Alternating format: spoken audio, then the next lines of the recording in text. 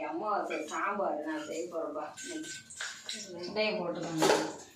அதுக்கப்புறம் சாம்பார் வெங்காயம்ப்பா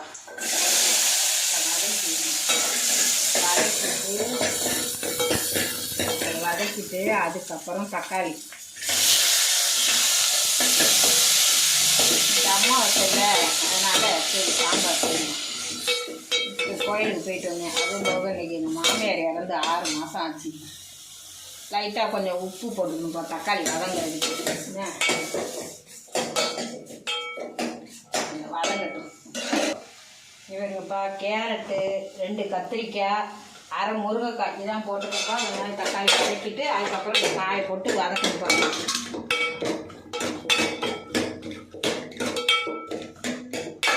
கொஞ்சம் மிளகாத்தூள் நம்ம வீட்டில் அரைச்ச மிளகாத்தூள் கொஞ்சம் போட்டுட்டு கொஞ்சம் சாம்பார் பொடி கொஞ்சம் போடுவோம் பார்த்துக்கோங்கப்பா.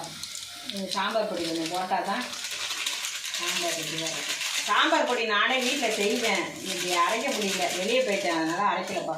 அதுக்கு அரைக்கும் போது நான் உங்களுக்கு சொல்கிறேன். இது வதக்கிட்டு அப்புறம் கொஞ்சம் தண்ணி ஊற்றி கொஞ்சம் கொதிக்க வச்சுட்டு அப்படிதான் பால் இதில் வேக ஊற்றி வச்சுருக்கேன். அப்புறம் அவியல் செய்ய போகிறோம்ப்பா. இந்த கொஞ்சம் பீன்ஸு அவியலுக்கு வந்து கொஞ்சம் பீன்ஸு, அவரைக்காய், கேரட்டு, 4 கத்திரிக்காய், சேனக்கிழங்கு, 1 உருளைக்கிழங்கு இது போட்டு இன்றைக்கி அவியல் செய்ய போகிறேன். செய்யும்போது நான் காமிக்கிறேன்ப்பா உங்களுக்கு.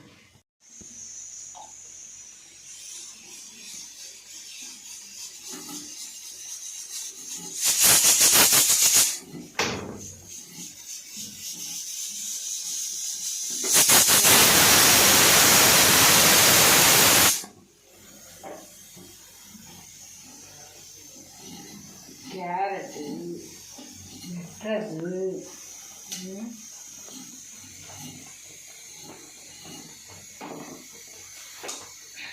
நிறைய போடும் பார்த்துக்கோங்க. அவியல்னா ரொம்ப எங்கள் வீட்டில் என் பையன் நல்லா சாப்பிடுவோம். அவியல்னா அவியல் செய்யின்ட்டு கிடப்பான். அவியல் செய்கிறதுக்கு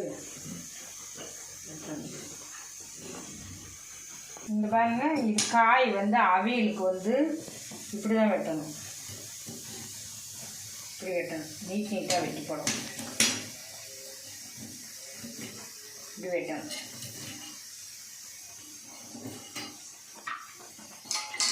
அவியலுக்கு நீட்டாக வெட்டி போடணும். போட்டு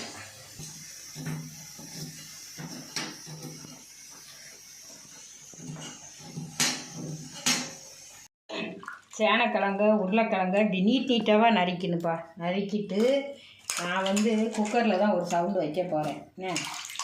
ஏன்னா எங்களுக்கு ரொம்ப பல்லு இல்லை பார்த்துக்கோங்க. ஒரு சவுண்டு வச்சுட்டு அதுக்கப்புறம் தான் போடுறது இது பண்ணுற பார்த்துக்கோங்க. எல்லாமே நீட்டாக தான் வெட்டிட்டு பார்த்துக்கோங்க. இந்த அவரைக்காய் போடுறேன், பீன்ஸு, கத்திரிக்காய், ஒரே அரை முருங்கைக்காய் இருக்கணும். இங்கே கேரட்டு எல்லாம் போட்டு ஒரு இதாக இது பண்ணணும் பார்த்துக்கோங்க. அதுக்கப்புறம் சாம்பார் வெங்காயமும் கொஞ்சம் போடுறோம் பார்த்துக்கோங்க. இப்படி போட்டு ஒரு சவுண்டு வச்சுட்டு இறக்கிட்டு அதுக்கப்புறம் பச்சை மிளகாய், இஞ்சி எல்லாம் போடுறேன். வேக வச்சுட்டு இறக்க போச்சுக்கிறேன். தண்ணி ஊற்றி கொஞ்சம் உப்பு போட்டு கொஞ்சமாக வேக வச்சு இறக்கிடுவோம். இறக்கிட்டு அதுக்கப்புறம் பச்சை மிளகாய், இஞ்சி எல்லாம் இது பண்ணணும் பார்த்துப்போம். கொஞ்சம் தண்ணி ஊற்றி வச்சுருக்கிறேன். அதுக்கப்புறம் இதுக்குள்ளே அரைக்கிற மசாலாவே நான் சொல்கிறேன்ப்பா. தேங்காய் கொஞ்சம் 2 பத்து தேங்காய், 2 பச்சை மிளகாய், உங்களுக்கு காரம் எவ்வளோ தேவையோ அதுக்கு தகுந்தவனைக்கு போட்டுக்கோங்க. 1 டீஸ்பூன் சீரகம். இதுதான் அவியலுக்கு. இதை அரைச்சி அதுக்கப்புறம் அது வெந்த விட்டு போடும்போது காமிக்கிறோம். எல்லாம் அரைச்சி பச்சை மிளகாய், சீரகம் எல்லாம் அரைச்சி ஊற்றி இருக்க பார்த்துக்கோங்க. தேவையான தண்ணி வச்சுக்கணும். அதுக்கப்புறம் கொஞ்சம் கொதிக்க வச்சுட்டு அதுக்கப்புறம் தாளிக்கும் போது தேங்காய் எண்ணெயில் தான்ப்பா தாளிக்கணும். சாம்பாருக்கு தாளித்து ஊற்றி விட்டுறேன். சாம்பார் தாளிக்கிறோம்பா. சாம்பாரை தாளிச்சுட்டு அதுக்கப்புறம் அவியில் கொஞ்சம் நேரம் வச்சுருந்துட்டு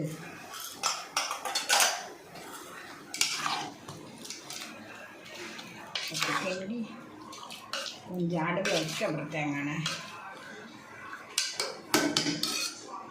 சாம்பார் தாளிச்சிடலாம். சாம்பார் கொஞ்சம் காய் எல்லாம் வெந்துருச்சு. எல்லாம் கடலை எண்ணெய் தான்ப்பா ஊற்றி நான் தாளிக்கிறேன்.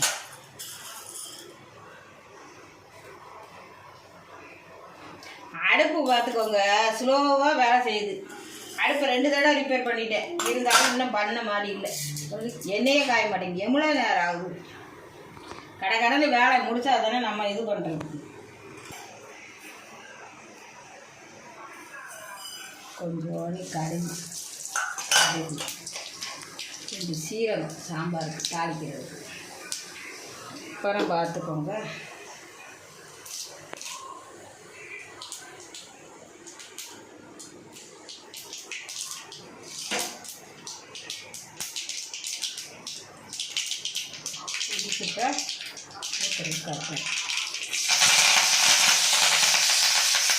சாம்பாரில் தாளிக்கல. இது கொஞ்சம் நேரம் இருக்கட்டும். இருந்துட்டு தாளிக்கும் போது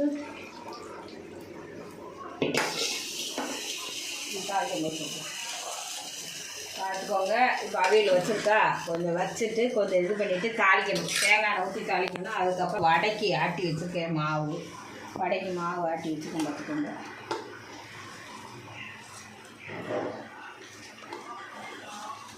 வெங்காயம், கருவேப்பிலை, பச்சை மிளகா எல்லாம் போட்டுட்டு அதுக்கப்புறம் சொல்லணும். கொத்தமல்லி போட்டு வதக்கிறேன். அவ்வளோதான் சாம்பார். தேங்காய் எண்ணெய் ஊற்றணும். தேங்காய் எண்ணெய் ஊற்றி தான் இது தாளிக்கணும். தேங்காய் எண்ணெய் கொஞ்சம் ஊற்றிக்கிட்டு அப்புறம் பார்த்துக்கோங்க, தயிர் கொஞ்சம் நீரில் ஊற்றிக்கிறேன் பார்த்துக்கோங்க. கப்பு தயிர்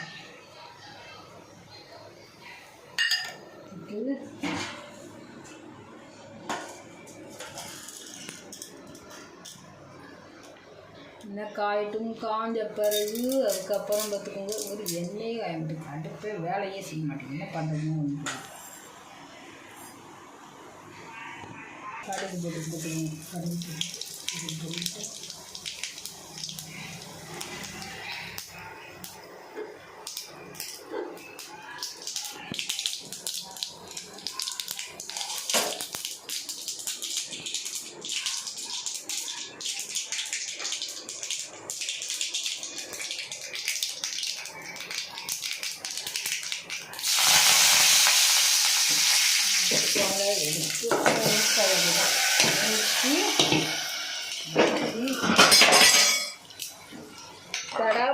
தடாபுடான்னு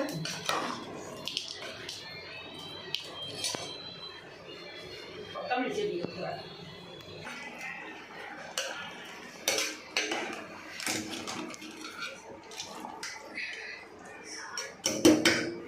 அவ்வளோதான்ப்பா.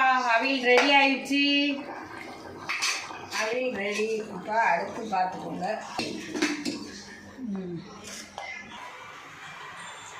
கடலை எண்ணெய் தான் நாங்கள் ஊற்றி வடை சுடணும். ஏங்கன்னா வாங்கி வச்சுருக்கோம் பார்த்துக்கோங்க. வாங்கி ஊற்றிட்டு கிடக்கும். ஊற்றி பார்த்துக்கோங்க. போட்டிருக்கு. நல்லா உளுந்த மாவு எவ்வளோ நல்லா சேர்க்குறீங்களோ அது நல்லது. டெய்லி பார்த்துக்கோங்க, கொஞ்சம் கொஞ்சம் போட்டு சாப்பிட்டுக்கிடலாம். ஒரு களியாக கிண்டி சாப்பிடலாம், இல்லை ஒரு வடையாக போட்டு சாப்பிடலாம். எல்லாமே அவ்வளோ நல்லது. ஏன்னா இப்போ உள்ள பசங்களுக்கு இடுப்பில் சத்தே இல்லை பார்த்துக்கோங்க. அதனால் டெய்லி கொஞ்சம் கொஞ்சம் ஒரு உளுந்தங்களி, உளுந்தங்கூழ் இந்த மாதிரி செஞ்சு சாப்பிடலாம் பார்த்துக்கோங்க டெய்லி.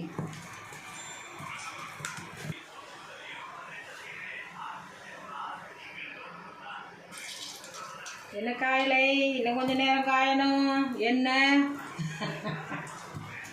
அதுக்கப்புறம் 2 அப்பளத்தை பொரிச்சிட்டு சாப்பிட்டுட்டு சாமியை கும்பிடுவோம்.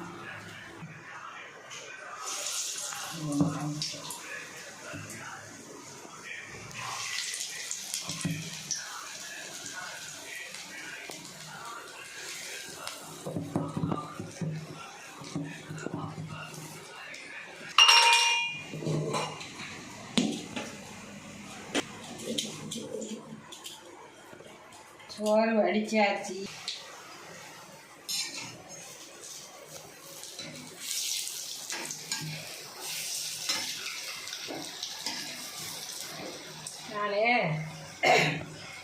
உங்களுக்கு உளுந்தங்களி கிண்டுறதுக்கு சொல்கிறேன். நான் மாவு கொஞ்சம் திரிக்கும் போது உங்களுக்கு காமிக்கிறேன்.